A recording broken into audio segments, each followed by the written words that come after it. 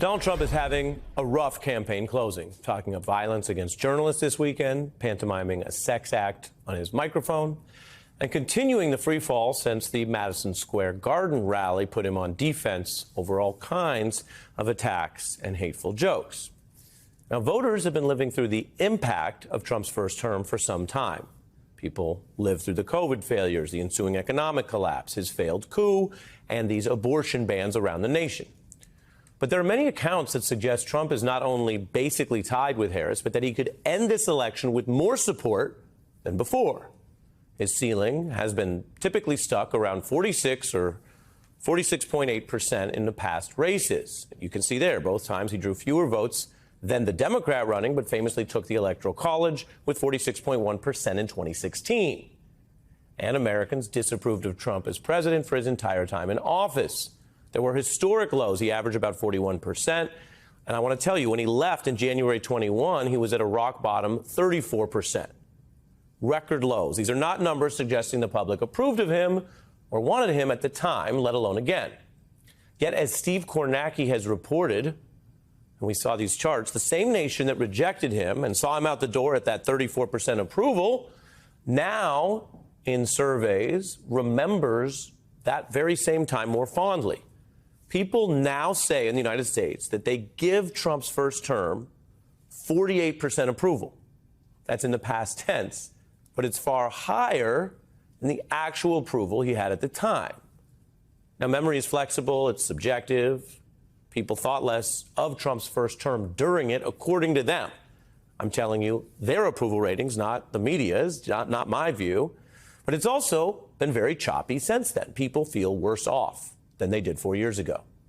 The wrong track numbers in America are high. And when times are tough, it's common to look back for some better time. A type of political nostalgia, which is actually the exact messaging that conservatives have long been primed for. Ronald Reagan coined the MAGA slogan. You see it right there. Make America great again. Donald Trump later plagiarized it and added his more blunt appeals to the old days, from gender to race. So right now, our special report here heading into the election is, what are people forgetting about Trump in office? Now, he could tick up to 48% and still lose, or he could win the Electoral College, but any chance Trump has at winning Tuesday's votes rests on a pretty good number of people forgetting what I just mentioned, that they did not actually approve of his time in office during that time, which is usually the best indicator, not your faraway memories later. It's while they were living through it, in contrast to what may be these inflated sort of nostalgic numbers now. Now, those are the facts about the numbers. They're not partisan.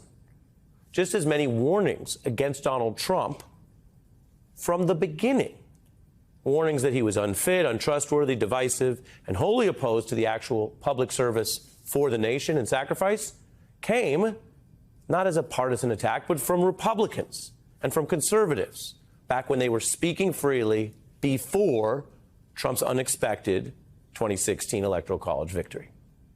They were based on Trump's record over the years in business, in public life. They weren't based on some liberal agenda or Biden-Harris campaign that was many years in the future. It is a fact, if you put aside all of the partisan harping and skepticism about where we hear things, it is simply a public fact that we lived through, that those Republicans made those warnings because we've never seen any figure in either party in the modern era draw such widespread condemnation. He's a race-baiting, xenophobic, religious bigot. This man is a pathological liar. The most vulgar person to ever aspire to the presidency. I don't think he has a clue about anything. The man cannot tell the truth, but he combines it with being a narcissist. He's a chaos candidate, and he'd be a chaos president. He's a populist, authoritarian narcissist. Coming from a guy who is such a coward. He has authoritarian rulings and interests and notions. I'm a never Trump guy. I never liked him. Those are all Republicans. Okay? His own running mate, the last voice you heard there, opposed him so much, he didn't just say, I'm a not Trump or an anti-Trump. He said he was never Trump, and then collapsed the meaning of the word never. And there are many more condemnations from progressives and liberals, from other types of critics, from government veterans, from nonpartisan experts. But maybe all these adjectives only go so far. There is also the facts of how Trump ran the government, how he used the power when he had it. Here are some of the documented examples. Trump failed to lead a competent COVID response. He rejected the medical leadership. He lied about the virus danger. And then he told people to drink bleach. Right, and then I see the disinfectant where it knocks it out in a minute, 1 minute. And is there a way we can do something like that by injection inside or almost a cleaning? Trump failed to also enact his own legislative agenda, the top items he had been pitching, from infrastructure to health care. He failed to build the wall he promised, which was the centerpiece of that first campaign. He then launched a chaotic travel ban, with which courts limited. He used immigration powers to separate children from their own parents, something almost no parent and no free-thinking person says is a positive. He bent American policy towards Wall Street bankers after campaigning as a populist, from tax welfare to gutting consumer protections. He failed to appoint or maintain qualified officials. With so many people quitting or getting fired, he had the record of the worst turnover in modern American history. More on that in a moment.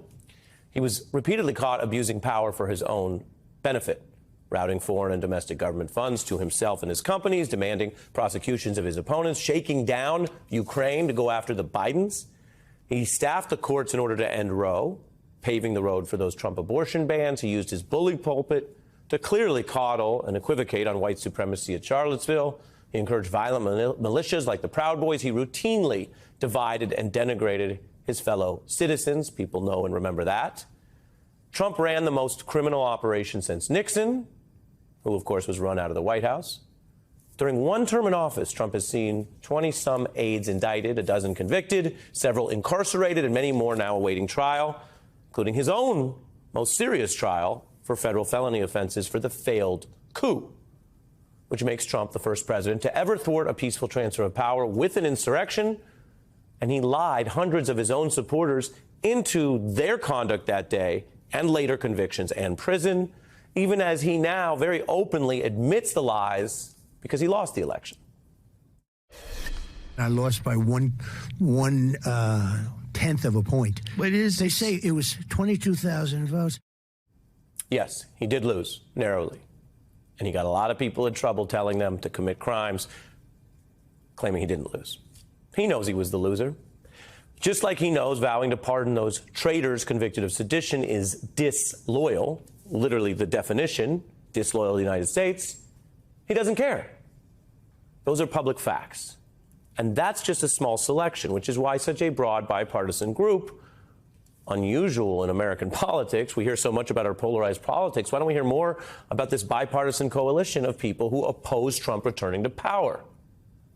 These people with different ideologies and policy views combine with one clear consensus. They say, they're telling you that knowing all this, picking Donald Trump to be president again now would be like picking an anti-vaxxer as your doctor, which is actually what Trump says he'll basically do in government, embracing anti-vaxxer RFK Jr., who says he'll oversee doctors and health agencies in a Trump administration, helping Trump decide whether to ban vaccines that save lives. Hiring Trump would be like taking the closing pitch in your campaign to Latino and undecided voters and then opening up that night's closing argument address with a comic's racist material. There's literally a floating island of garbage. Yeah. I think it's called Puerto Rico. Picking Trump would be like hiring your own Nepo baby-in-law to tackle the Middle East with no diplomatic experience, and then give that same nepotistic hire a complex assignment to deal with pandemic supplies without any experience. Hiring Trump again would be like hiring a renegade for your top national security post only to watch them get indicted, or hiring the Exxon chief to run all U.S. diplomacy so you could further fuse a capitalist oil agenda as America's foreign policy and then tell everyone you're draining the swamp. Hiring Trump again would be like hiring an energy department chief who backed abolishing the energy department, or hiring an attorney general who undermines the rule of law by blatantly politicizing cases, or trying to replace that attorney general with another acting AG so corrupt he ended up indicted. Hiring Trump again would be like picking a chief financial officer who does financial fraud, which Trump did. That's why his CFO went to jail. Or like vowing to drain the swamp and then hiring 4 different agency chiefs who then corruptly enrich themselves in a rush to grift and take taxpayer dollars, which is why each of these Trump appointees were actually forced to resign over their blatant and busted ethics scandals. Hiring Trump again would be like hiring for your top campaign lawyer a person who then is disbarred for election crimes and indicted in several states. The call for Joe Biden isn't who was it called by? Oh my goodness, all the networks. Wow. All the networks. Let's have trial by combat. It'd be like having your original campaign chairman hired to run a campaign so you are head of the government and enforcing the laws, and then that person's actually guilty of their own felonies, going to prison. Or it'd be like hiring as your longest serving political consigliere and advisor someone ultimately convicted of federal felonies to hide your own history of conduct with them. It'd be like taking your longest serving lawyer that you hire, but them actually being a criminal imprisoned for election felonies on your behalf, or picking a new lawyer for another one of your trials who ends up being indicted, as you see Boris Epstein there was in the corner, and would need his own lawyer. It'd be like trying to hire a DOJ special prosecutor who, again, was supposed to enforce the law, who ends up convicted of election crimes for your benefit.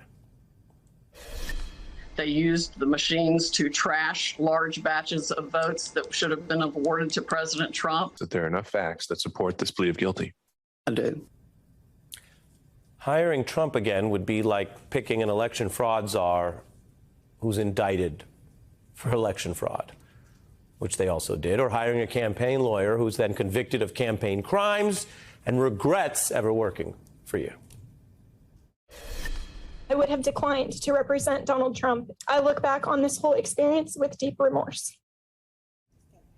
As the argument goes from, again, the very bipartisan coalition I showed you, putting Trump back in the White House now would be like hiring White House aides who would go to prison before cooperating with the federal government they literally took an oath to serve.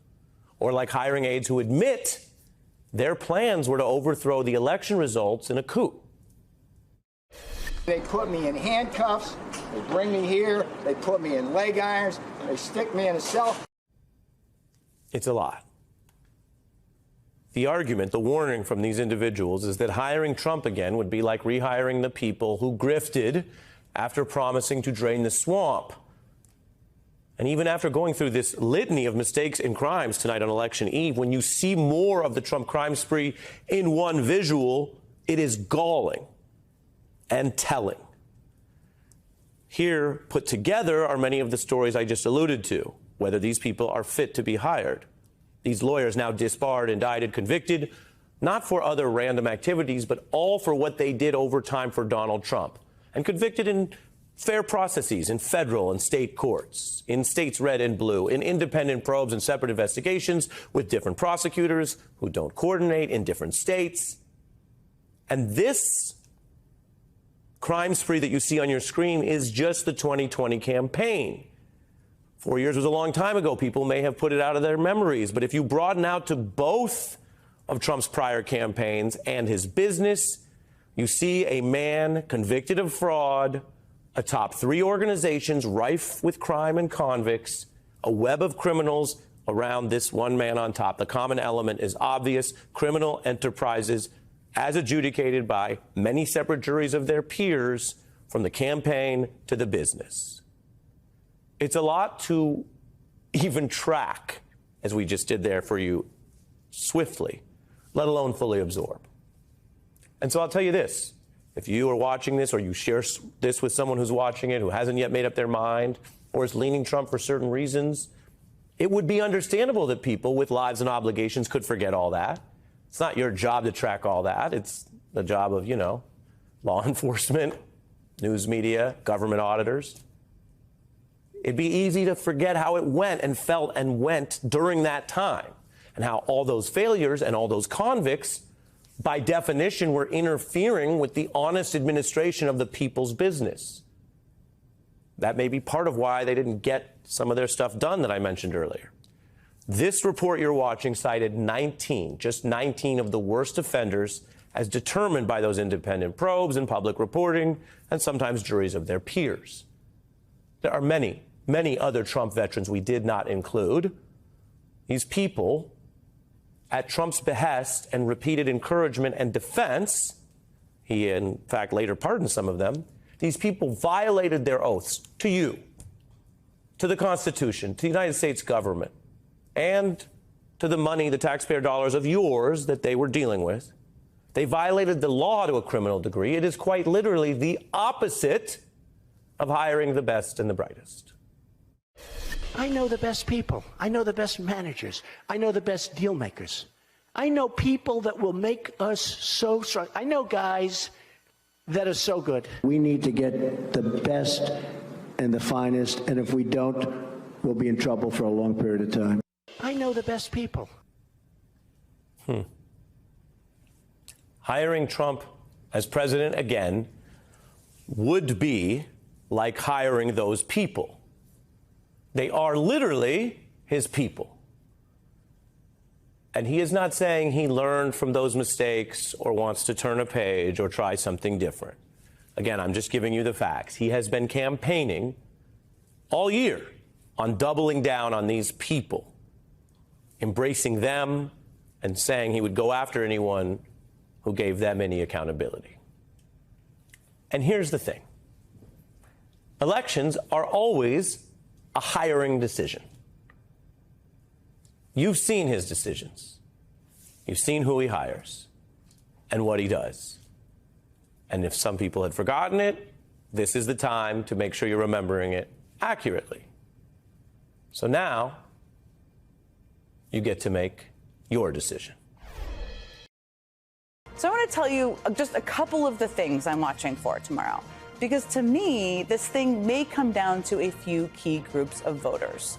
First is what they call low propensity voters, which basically means people who have never voted or rarely vote.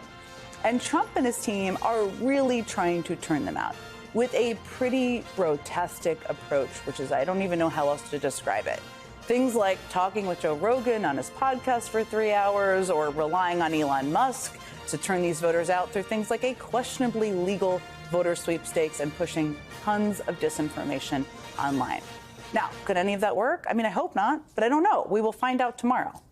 On the other hand, this is the first presidential election since January 6th, and since Roe was overturned. So given that, the Harris campaign has been focused on appealing to some different groups of voters, like independents and even Republicans, people like Liz Cheney, people who value country over party, people who believe that, yes, we should have a functioning democracy. And they are appealing to women, which every indication we have seen in recent days tells us is working. Within the results of that shock Iowa poll, which I'm sure you have all heard about by now, the one that shows Harris leading by 3 points in the state, it also shows Harris with a huge advantage with women. Independent women in the state back Harris by a 28-point margin, and women over 65 support her by a more than 2-to-1 margin. Women are also voting early at higher margins than men across the country and in some key swing states. And to me, of any possible story tomorrow night, and there will be many, the power of women's voices in politics could be one of the most interesting and compelling and powerful. And not just at the top of the ticket, although, yes, of course, that would be a huge story. I mean, I would love to be able to tell my 9-year-old daughter that there has finally been a woman elected president of the United States. But also the power of the women whose votes could help get her there. And the power of the men who love those women, of all the husbands and brothers and dads who might use tomorrow to show their outrage and disgust at what the Dobbs decision took away from the women they love, and the scary situation that it left them all in. That power in action would be an incredibly hopeful and inspiring story. And that may be how the story goes tomorrow. Now, after I've told you all that, I don't want to take down the mood or your level of enthusiasm or optimism. But it's also important to prepare for what comes next, even if Harris is elected. And in general, I think it's better to know in advance and prepare for what propagandist bullies may do. That's been my experience. That's why the government is warning the world right now that Russia is putting out fake videos aimed to sow doubt, because calling things like this out in advance makes us all better prepared to address it if and when it happens. So yes, Trump will likely prematurely claim victory. His supporters will lie and cry foul about the integrity of the election, and they will use their doubt to disrupt the process from vote counting to certification. They'll try to, at least. And it will all be amplified out there by bad actors, including Russia, including Elon Musk, including many other of their bad actor buddies. But we've seen this movie before. And yeah, I mean, it's kind of a scary one. But this time, we know what to expect. And this time, pro-democracy forces have been planning ahead. And finally, let me just end with this. Our democracy is strong, and the American people are fierce. But even if Trump is defeated tomorrow, he has exposed during his time out there some serious limitations within our system. And it may be time to ask ourselves things like whether social media platforms should have the freedom to operate at a lower level of accountability than local television networks in terms of the lies they can spread. Or whether the Electoral College alone is the right way to determine who should lead this country.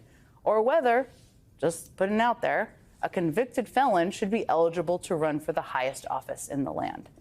Those are some really important questions. At some point, we will need to consider, but there's plenty of time for that. Those questions are not for tomorrow. Tomorrow is about answers. It's about finally learning how much protecting our democracy matters, whether morality and character matter, whether our rights to make choices about our own bodies matter enough to enough of the American people. Tomorrow, we will start to learn a whole lot more. Starting us off tonight is my friend Lawrence O'Donnell. He is, of course, the host of The Last Word here on MSNBC. It is so great to see you. I know you have a show in 2 hours, so thank you so much for being here with me. At 10 o'clock, it's entirely possible. We will just be doing live coverage of what's happening, who's singing, or, you know, the vice president speaking. Tim Walz is maybe going to speak in my hour. My ambition for 10 p.m. tonight is I don't get to say a word. That would be a successful show for me if we just are staying on live coverage. Well, we're going to stay on live coverage as soon as we hear Kamala Harris is about to start. And we may have to even cut you off, Lawrence O'Donnell. I hope not. I'm very good about being cut off. You just watch. Well, listen, I've now sat on a set with you for a couple of years, and I know you are the best lower expectation setter in terms of what you're about to say and your big smart thought of anyone I've ever interacted with in this business. But I did want to ask you, I mean, in this moment, as we're looking ahead to tomorrow, we don't know what the outcome will be. Voters will determine the outcome. It's how democracy works. But how have you been thinking about and reflecting on what this moment is in our history? You've covered a lot of presidential elections. I'd love to get to that, but I am so stuck on the breaking news in your opening report there that Steve Kornacki doesn't have snacks during election night, which, what you mean, like, what about when it goes all the way to Saturday? Like, does he fast? Well, then he may. It really is just the overnight because it slows him down.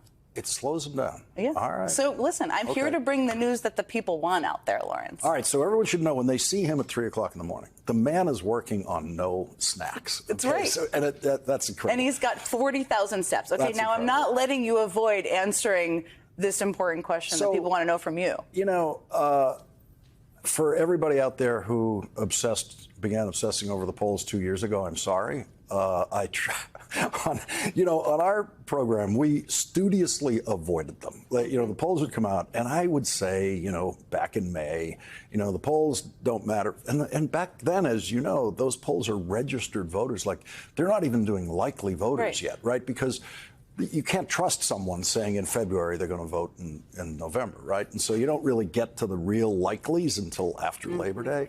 And so I have to say this year I'm very proud of having ignored the polls completely, only to discover on the final weekend that if you just spent the last 2 days looking at the polls, that's enough. Because you have the national, all that stuff saying it's a pure tie, and then you have this big shock out of Iowa. saying Kamala Harris is 3 points ahead in Iowa, which isn't that shocking if you can remember all the way back to 2012, when President Obama won Iowa. It used to be something that was winnable for Democrats. But, that just tells you, that Iowa poll tells you that there's stuff happening out there that we don't know about.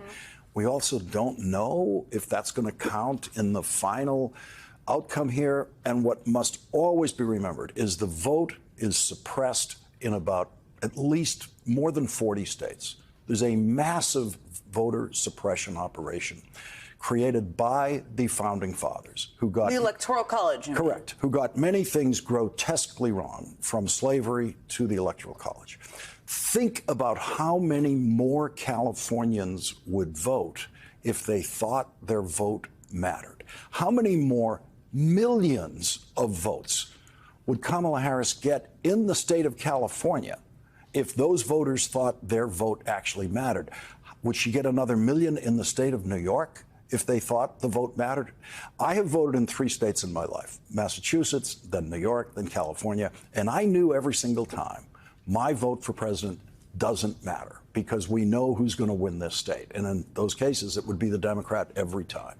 And so I know people in Massachusetts who haven't voted in decades because they know the Democrats are going to win. What do you tell them when they say my vote doesn't matter? I tell them they're right. That's true. That is the Electoral College. That's the poison of the Electoral College.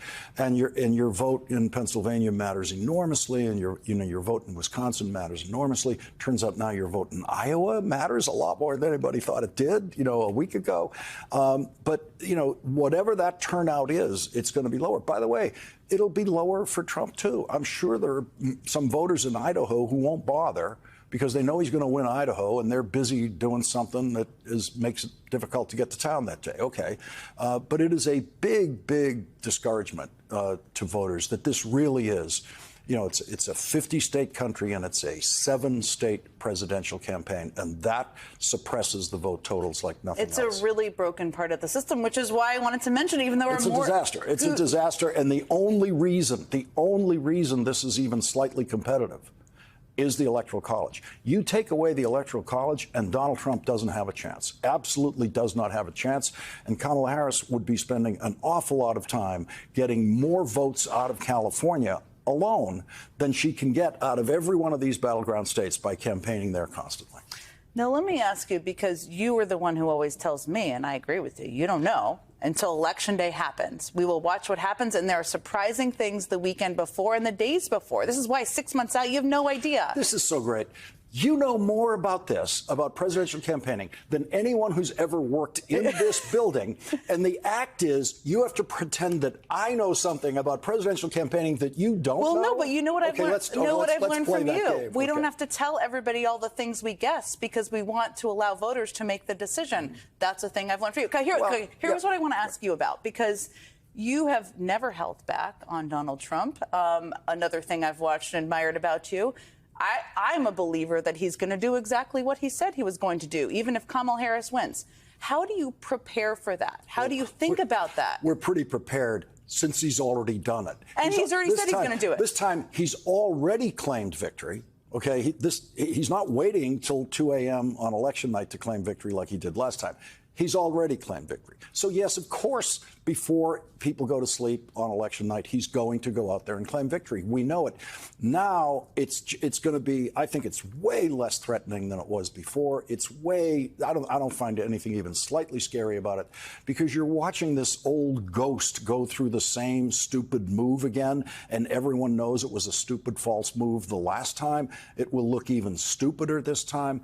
I think he's reduced to a harmless clown this time at 2 a.m. when he does it. I think his followers, do not subscribe to his hopes for, big violent insurrections like he inspired and led on January 6th. You got to remember, he has begged them to come to the courthouses where he is a criminal defendant. And they have not. And he's got over 70 million voters in this country, and they have just stayed home. The latest NBC News polling in the presidential race shows an historic gender gap of more than 30 points. NBC News chief Washington correspondent Andrea Mitchell is looking into that part of the story. We're doing this! Could Kamala Harris finally break through America's ultimate glass ceiling and become the first woman president of the United States? The vibes are so good. This is history making. It's really wonderful. I love it. I think this is such a historic moment to be a part of. Harris, unlike Hillary Clinton, has for the most part let her gender speak for itself. But to beat Donald Trump, she's counting on an outpouring of women who've flocked to the polls since the Supreme Court overturned Roe v. Wade. Women voters being stripped of that fundamental freedom that they had come to rely on, it sparked an outrage in them. The gender gap this year is huge, 30 points in the October NBC News poll. In 2016, when Clinton was running, the gender gap in exit polls was 24 points. Clinton says women candidates still have to project strength, but not too much. It's still hard for some people to imagine a woman in the Oval Office. Michelle Obama sees it as a double standard. To be intelligent and articulate, to have a clear set of policies, to never show too much anger. Harris often faces age-old criticism of women in power. I don't think she's a leader or a boss. I think that there's somebody else behind it all. I think she's slick, but I don't think overall she has a great intellect. And not all women back Harris either. She can smile very well, but that's about all she can do well. And she laughs a lot. So it's really true that women like Kamala Harris are judged by a much tougher standard than men like Donald Trump. Yes, there is a gender bias when it comes to judging women candidates. And it ranges from everything on, policy to appearances. Running against Donald Trump, Harris has the extra challenge of countering his campaign's parade of male gladiators like Kid Rock and Hulk Hogan. Let Trumpomania run wild, brother! Eleanor Roosevelt was asked on Meet the Press in 1957 if a woman could ever become president. Someday it will happen when you get to the point where you look at people in politics and in positions of political importance as people and not as either women or men. Shirley Chisholm pioneered as a black woman running for president in 1972.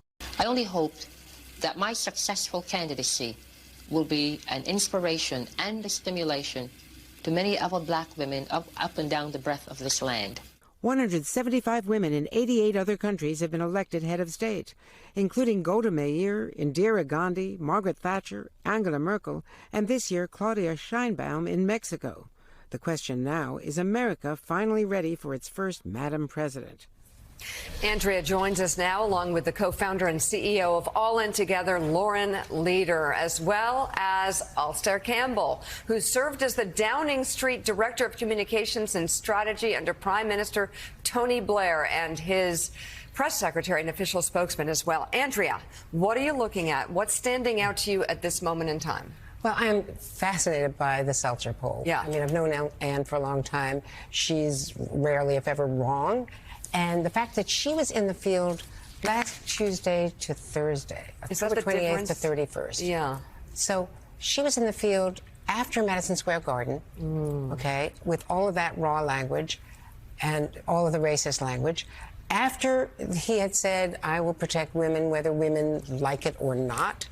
And what she found is that there was a real shift in older women. I mean, the gender gap that she found is just extraordinary. And the movement since her last poll, now, obviously, it's also, as she points out, the 6-week ban in Iowa. But what I was talking to Ben Wickler over the weekend, and if this is really accurate, it says something about rural white voters, older rural white voters. And if this is the case, then it could affect Wisconsin. It could affect those areas of Pennsylvania that are not showing up in the polls. So if older women are now coming out, if they're offended by the language, by the patronizing language, the callousness, by the vulgarity, by the violence that we're seeing, and that is his closing message. So I just think that the closing message of these two campaigns could not be more disparate. I mean, if you looked at Kamala Harris, on SNL, as you have, the joy, the enthusiasm, her last rally last night. And I mean, clearly they're worried about Pennsylvania. I lived there for years. It's my adopted state. It is a problem. And if those suburban women don't turn out, and if they don't turn out a big margin. But in talking to Pennsylvania people last night who do the grassroots stuff, they are going back not only twice. Right. They have so many volunteers. They're running into canvassing like crazy. Lauren, I want to talk about abortion, and I think this is related. I think I don't know if the Seltzer poll included the vulgar gesture that Donald Trump made that we can't really show. I mean, you can't put it on social media. It will be taken down. But, for women right now who are looking at this choice, who are seeing what can happen to their daughters, their sisters, themselves, not being able to get life-saving health care now. That's their reality now because of Trump. I actually think the vulgar gesture sticks. I think it stands out as a problem to them if they're on the line. Look, women have been drifting towards the Democrats for years already, and it was supercharged by Dobbs. That any of the divisions that have been there, that certainly we saw in 2016, to Andrea's point, the white, working class, non-college educated women who broke for Trump, we've been seeing for months that they're already starting to look more and more like Harris supporters. Independent women, which Ann also calls out in her polls, have been trending towards the Democrats. And by the way, women repudiated Trump in every single election since 2016. They did it in the midterms of 18, they did it in 20, they did it in 22. And in every one of those elections, I sat here with you all and we talked about the polls that showed that Republicans were going to do well. And what happened? Women turned out, and it turned those polls upside down. Because while Americans may be divided, it doesn't matter. What matters is who shows up. And women are the most reliable voters. They've outvoted men in every election since 1980. We're seeing it in the early vote. That's why Ann's polls are such an earthquake, as Lemire said earlier, because it's waking people up to the reality that, frankly, many of us have been saying for years. And older women. Exactly. I mean, I one time when I was campaigning, I had a group of students going, "Why don't you advertise on radio stations we listen to?" I said, "Because you don't vote. I love you, but you don't vote. Older people vote. Women vote. Like the very people who are more likely to vote are on Kamala Harris's side." Alistair, I have a question for you. As an outside observer of the United States, you have Israel, who elected a woman leader 50 years ago. India 40 years ago. Hell, Great Britain, three. Thatcher. And Theresa May, you even elected Liz Truss. Yeah, that was a mistake. Come on now. That was a big mistake. I don't know. Is it ever? She did it. It happened. She ended up really not beating the cabbage, but it was a close call. So I'm wondering, just as an outside observer, what do you think this race is looking like from everything that you've seen? Is the United States going to finally elect a woman as its leader? I think so.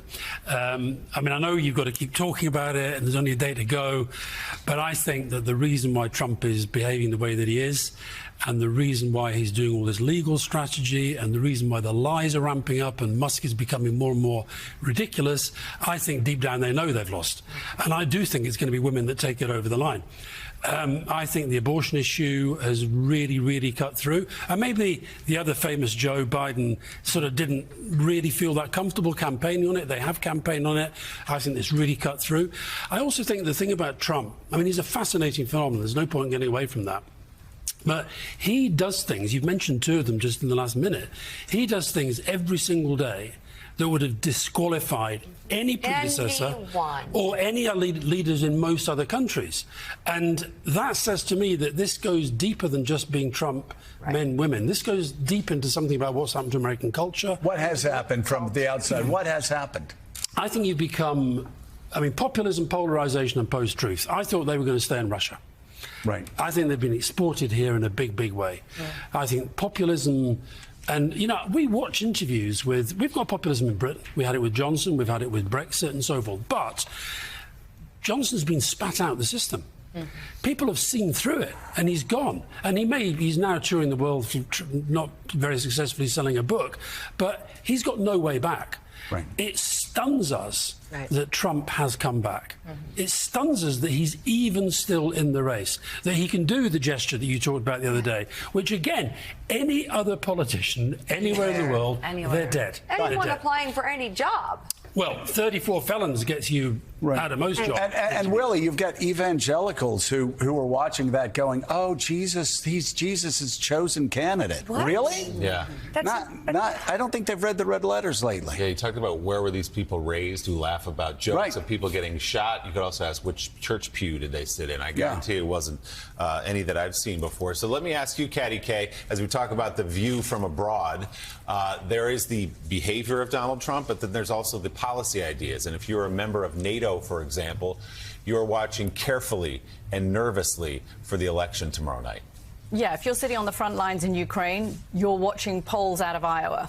You're aware of that Des Moines Register poll, and you're hoping that it's right.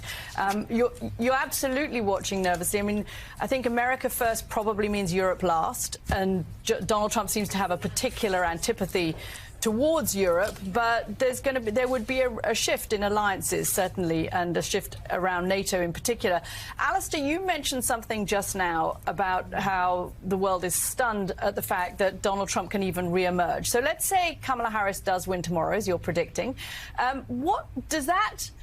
Does some of that stunnedness, if that's a Monday morning word, still exist? I mean, do you think, I remember when Joe Biden was elected in 2020, I heard from European leaders, well, that's great, but you did still elect Donald Trump, and we can't rely on you not to go back again. What do you think it means in terms of the rest of the world's, or Europe in particular, and European allies' attitude to America? Well, this is kind of what I was getting at earlier. I think something deeper has changed, which is going to outlast and outlive Trump.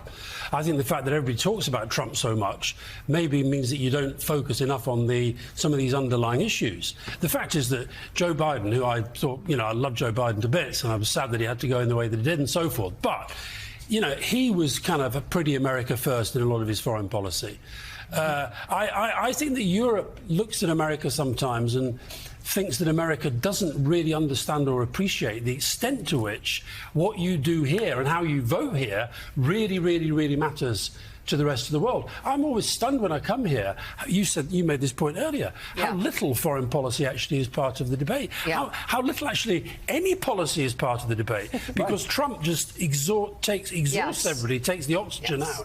And the other thing he's done, Katty, is he's normalized the abnormal in so many ways. And once the abnormal is normalized, it's very, very hard to get it back. That's fascism. Actually, former Downing Street Director of Communications and Strategy, Alistair Campbell, thank you very much. JD Vance just doubled down on trash. That might help too. Let me play. This happened about 25 minutes ago. I haven't seen this yet. Let's play this. In 2 days, we are going to take out the trash in Washington, D.C., and the trash's name is Kamala Harris. Oh my God. Can I see that again? Can we play that again? In 2 days, we are going to take out the trash in Washington, D.C., and the trash's name is Kamala Harris. Forgive me one more time. In 2 days, we are going to take out the trash in Washington, D.C., and the trash's name is Kamala Harris. In my humble view, lights out. Women, you can disagree with us. We've actually learned to take it for our whole careers all the time in every forum. But you call us trash? Oh, J.D. Vance, you just effed up in a way that I've never seen in my political life, and I worked for Sarah Palin. I mean, what just happened? He looks angry, also sweaty. Just the whole pastiche is horrible. He's an angry, sweaty man yelling. Who just called the first female nominee for president, the vice president of the United States, trash? Yeah, and it's the day after. Did you see the thing yesterday where the guy shouts at the crowd that Kamala's job was on the corner? And Trump's laughing, and he looks at her, he's like, oh, you said it, not me. And that's how these guys are ending, just angry and misogynistic. Yeah. And that's what I was hearing from the women, because I was saying, it's not just about Puerto Ricans and Latinos. He insulted a lot of other people, and the women were angry. They were angry how everyone at that rally was talking about Kamala Harris, and this woman says, I have a young daughter, and we sat there and watched it. And I was appalled, and I had to turn it off. And there were men saying, I have daughters, I have a wife. The disrespect towards women needs to stop. you know, and so there are many reasons why people are fired up. You know, just the Puerto Ricans, we just set it off. You know what I mean? You lead the way. But I mean, this is the vice presidential nominee on the Republican ticket calling a female vice president trash. It's a bookend on the childless cat lady thing too, actually. You know, JD sort of, you know, became at least not a problem for Trump for the last month, right? But if you remember that first month after he picked, it created this firestorm of reminding women and the men that you're talking about, like, why they hated Trump in the first place, like that the total disrespect, that just treating them as second-class citizens. And you picked this guy who's out there, you know, talking about how childless cat ladies are the problem and how they're disgusting. And now you close the campaign with calling her trash. I mean, and the empty rally today. If you just look at just the imagery of their last week, is just of a lashing out and angry and bitter campaign. Victor, you're in the motorcade to Vice President Kamala Harris's next event of the day. I'm sure her staff has seen that remark. The contrast couldn't be any more stark. She didn't even say his name at the last rally, and I don't know that she's ever mentioned J.D. Vance. Maybe that's why he's so mad. Well, I'm glad you're talking about the female vote. This morning, we did a segment on the radio about split families, right? Who someone in the family is voting for Trump, somebody's voting for Harris. There was a female, and I don't know if we have the audio. I provided your team with the audio. A female, a Puerto Rican call, a woman, and she said she's voting for Harris, and her husband is voting for Trump. She is trying to convince her husband. She sent him a text message, she said, to explain to him why she's voting for Harris, and she reminded him that when she was young, she was molested. And that if that was to happen to her now and she was to get pregnant, she wouldn't be able to have an abortion. And so I asked her, I said, okay, what was his reply? She said he didn't reply. He read the message. He didn't reply. I asked her, I said, you think you got to him? She said, I think I did. We haven't talked about it after I sent them the text message. We haven't discussed it internally. But I think I got to him. I think that the idea that men are in a monolith on abortion is inaccurate. I think the case that has been made by women on behalf of the extremist and damaging policies ushered in by Donald Trump's Supreme Court has been made to all Americans. Did you hear anything from voters on that topic when you were in Pennsylvania? About the men? About abortion and about abortion was high because in the Latino community, you know, religion is front and center. And there was this one woman who had to have an abortion because she had complications during her pregnancy. And she told me that her family, you know, shunned her. And she said that after the overturn of Roe v. Wade, she went and told her relatives, would it be okay if I died? Would that be okay? And she said, and they had no response. And that's what I'm finding out over and over with my family, as you know. There's no callback. Time and time again, ever since Madison Square Garden, a lot of the Trump supporters have nothing to say. They have nothing to say. You know, and also what was important that I told the women, I said, this one woman said, who was on the street, she's just passing by, and she says, you know, as a Latina, how can you support abortion? I said, I don't support abortion. I support pro-choice. It's not pro-abortion, it's pro-choice. It says that I can do what I want to do and you can do what you want to do. America was built on freedom. Freedom to believe how you want to believe and freedom to believe how I want to believe. And it shouldn't be a man telling us what to do with our bodies. That's what choice is about, pro-choice. I said, do you understand? And she went, oh, no one's ever said it that way. And I said, maybe no one was listening.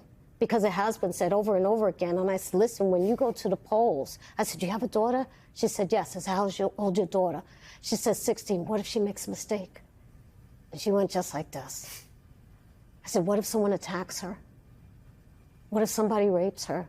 What's going to happen if this man gets in office? You need to think about it. You need to think about it. And guess what? I'm going to be hoping that you're going to change your mind. I really am. And she gave me a hug. She gave me a hug and she started crying and she was like, thank you so much. Thank you so much. You know, the message is getting out there. And the women, I think, are going to be pivotal. But I also think men, too. And people are not talking about that. No, and the... look, there's the guy that runs Barstool, Dave Portnoy, right? Right when Dobbs came down, he went on this YouTube rant about this that I've been sending to people, Democratic friends of mine. I'm like, you use this in communicating to young men because there are a lot of young men that are, not aligned with this, kind of with these extreme bans, like a 6-week ban, things like even pro-life young men, and I think that's why you've seen Trump and Vance really struggle with this. Like, they haven't had a good answer to this question. They've been flopping all around. They know it's a problem because it's a problem not just with women, but with their core demo. Because if they cannot maximize the turnout among younger men who are these secular younger men, I'm not talking about evangelical young men, but like secular younger men that have appealed to them because they've been going on these bro podcasts or whatever, most of them are not aligned with this 6-week abortion ban agenda. And I think that the Democrats can cut into that in the final days with that message. On one hand, you have, Vaughn points out very rightly, no door knocking, right? No candidate visits, not a single TV ad. Iowa's been spared. That's one way to look at it for sure. I think there's a lot of other states that wish that was the case.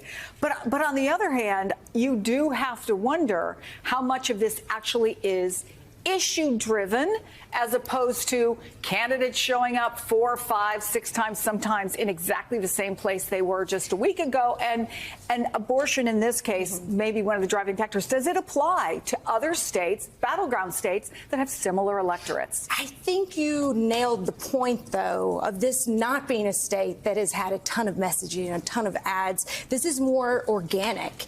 And this is happening because of events, because of how they are watching the news and interpreting the news from the campaign trail. I think it's saying voters are sick of Trump. I think it actually is voters who are just ready to be done with it. And that's what we're starting to see in this Seltzer poll if the results hold. David, one of the things that I noted is that Seltzer was in the field from last Tuesday, the 28th. Sure. No, excuse me, Monday, the 28th, rather, to Thursday, the 31st. And that was after Madison Square Garden. That's right. And it also captures the, I'll protect women, whether women want it or not.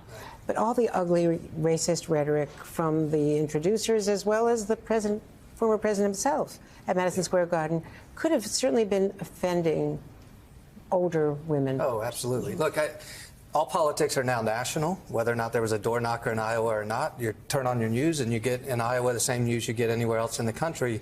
And it fundamentally supports the theory that this entire race from start to finish is an adjudication of Donald Trump.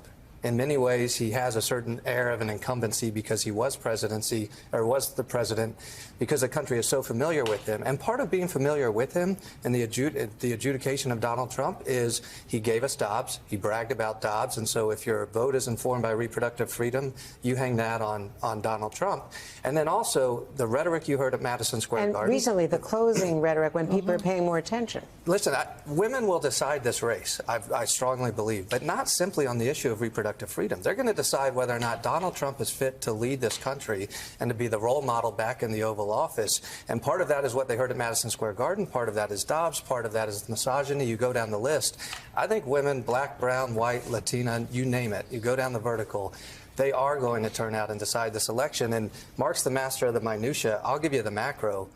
Democrats overperformed in 18, so Donald Trump comes on the scene in 16, pulls off a popular vote loss but electoral college win. Democrats then overperform in 18 with a blue wave. Joe Biden overperforms, unseats a sitting president with about an 80 electoral vote win. And in 22, when there was supposed to be a red wave, Democrats overperform again. So if we see Trump and Republicans do well Tuesday night, it would be the first disruption of that trend that we've seen in 8 years. I think there's a reason, if you're Vice President Harris, to be encouraged. Right? All right, let's bring in Tim Alberta, staff writer for The Atlantic, author of the new piece, Inside the Ruthless, Restless Final Days of Trump's Campaign. That was not written for TV saying out loud, a TV anchor. Tim, thank you very much for joining us. Bring us inside the ruthless final days of the Trump campaign. What are you hearing?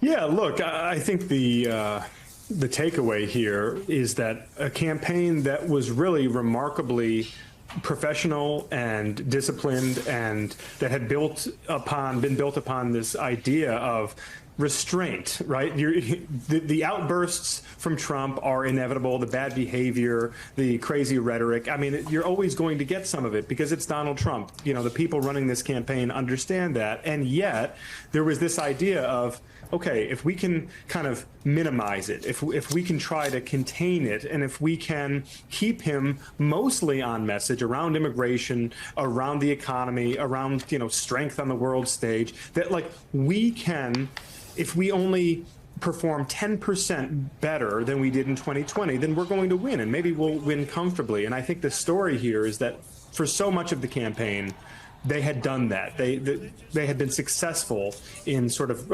curbing some of Trump's most self-destructive impulses. And yet, here over the last 6, 7, 8 weeks of the campaign, it's all started to slip away from them. And Trump, at times, has almost seemed hell-bent on sabotaging himself and sabotaging his own campaign, and it's just left everyone in his orbit feeling totally delusioned here down the home stretch. Tim, I wonder, and we're watching Donald Trump right now in Raleigh, and Vaughn gave us some great background on what he's been seeing with the Trump campaign over the last week, including the dwindling crowds. At Madison Square Garden, I saw a lot of people leaving maybe 30 minutes into when he was talking. He's been out there 90 minutes plus already. And by the way, that venue, we're told, is about 70% full. He's going back to places he's been to before. Tell me what you see in this closing week and what that might say going forward. Is it possible at all that what we know is the exhaustion factor from the Kamala Harris voters, maybe an exhaustion factor to some extent from some of his own voters? You at one point talked about how the culprit of the problems in the campaign is the man who's addicted to mayhem. There's no question, when you think about the Trump strategy as of about a month ago, you noticed that as Kamala Harris was beginning her media blitz, she was really for the first time kind of everywhere all at once, doing the late night shows, doing long sit downs. And you noticed that during that same time frame, pretty conspicuously, Trump had pulled back. His people had him doing a lot of these podcasts. They were doing a lot of sort of alternative media, keeping him out of the spotlight. And that was very much intentional because all of the data they have, all of the research that they've done has shown that actually less is more with Trump, and that if they can keep the focus on Harris, if they can just seize on every weird soundbite, anything she says or does that they believe is going to alienate some of these persuadable voters, that is a net positive. Any day where the focus is on Harris is a good day for the Trump campaign. That was kind of the operational theory, and it held up pretty well. But I think what we've seen here over the last couple of weeks, certainly over the last week and a half or so, is that Trump has basically said, no, we're not doing that. Like, I'm going out on my terms. And his terms, I mean, Katie knows this better than anyone. Like, Donald Trump's terms is that he wants all the cameras on him. He wants the crowds. He wants the attention. He wants to be center stage, in the middle of the Trump show, and he is the leading man for better or for worse. And so I think any of the kind of strategic efforts that we saw from his campaign that were pretty effective earlier on have now just completely fallen by the wayside. Tim, you open your piece with a really terrible epithet that he was using on the plane in the aftermath of the debate about Joe Biden. It's an epithet that hasn't been used in decades about people who are mentally challenged, genetically challenged, Down syndrome people. His campaign advisors talked him out of using it, yet in recent days we've seen him unleashed. We've seen that really crude microphone gesture, which offended a lot of people at a rally, and some of the other things he's done, the violent rhetoric, including what they said later was a joke about what could happen to the media if they got shot, even though he was protected by bulletproof glass. What is going on there? is this part of an unraveling because he sees the crowds diminishing and maybe sees some internal polling that they have not shared with anyone? I can just tell you guys this, based on my reporting from inside the campaign for most of this year. There's always been this strange disconnect in the sense that people around Trump recognize that this election, certainly more than the other two, carry a certain existential consequence for Trump. That if he loses, then he could be facing more convictions, and he could be even facing jail time. And so in one sense, you're looking at that and thinking, well, nothing should concentrate the mind like the possibility of going to jail. And people around him have not said that to him directly, but they have sort of emphasized, look, Mr. President, we've got to bear down here. We've got to stay on message. We've got to, if you do these things, if you deliver on these things that we are telling you to do, then we're going to win, right? And at times, he seems to have been very receptive to that. And yet, you also have these stretches like the one we're in now, where he almost seems determined to blow this thing up. He almost seems like he wants to see just how close he can get to self-destruction. In the closing days of the campaign, of all things, I was having a conversation Friday night with somebody very close to Trump who was just audibly distraught, talking about how they can't quite understand it, but for whatever reason, he is just in a dark place right now, and just seems like he is closing this campaign on this really negative, violent note, where they want to be running through the tape on this kind of positive, unifying note. And they've just they all recognize who this man is, that they're working for. They can't force him to say or do what they want him to do, but they were hoping that this campaign would end differently than the way that it's ending. And I think it's really, I use the word just disillusioning. There are a lot of people close to Trump in this moment who are, I think, just despairing over the state of things.